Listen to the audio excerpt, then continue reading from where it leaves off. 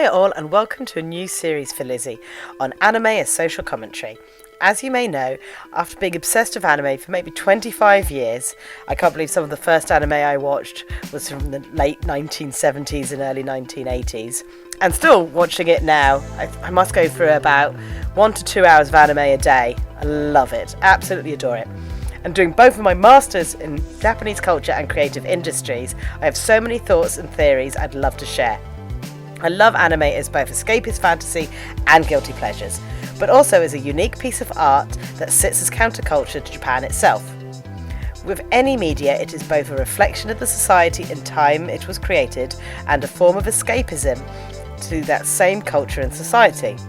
Now, while most of my early research and topics do deal with my favourite period of Japanese modern history, the Lost Decade, that ran from approximately 1991 to 2005, I hope to update my knowledge to include more up-to-date anime and contemporary Japanese culture. As a person who is always on the lookout for representations of Japanese social and cultural challenges, there are many titles I could recommend that show us a glimpse into the problems and complexities of modern Japan. You only have to look at Psycho Pass for the problems of hegemonic society, Mawaru Penguindrum for the sarin gas attacks, and Jujoku Shoujo for a host of problems and social challenges such as bullying, stalking, and compensated dating.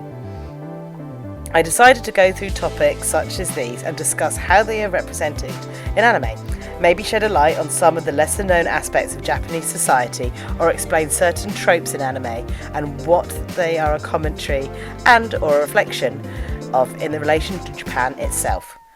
Art has always had a relationship with depicting real world issues within its narratives and images, and this is no different from the art form that is anime. In Western media, we have had films and TV shows depicting aspects of our own culture and society, from the risk of STDs in Horror Brilliance It Follows, gang culture in Green Street, and a host of social injustices and divides in the work of Neil Blomkamp, who is quite famous for films such as District 9, Elysium and Chappie. Some are more obvious in their use of social commentary, and some are more subtle. Within exciting narratives and brilliant art can be found comments on Japanese society, and teach us a little bit more about the real world behind the fantasies we enjoy. Some anime and manga series comment on larger scale problems and historical events such as terrorism and war crimes. This can be seen in MW by the godfather of anime and manga himself, Osamu Tezuka.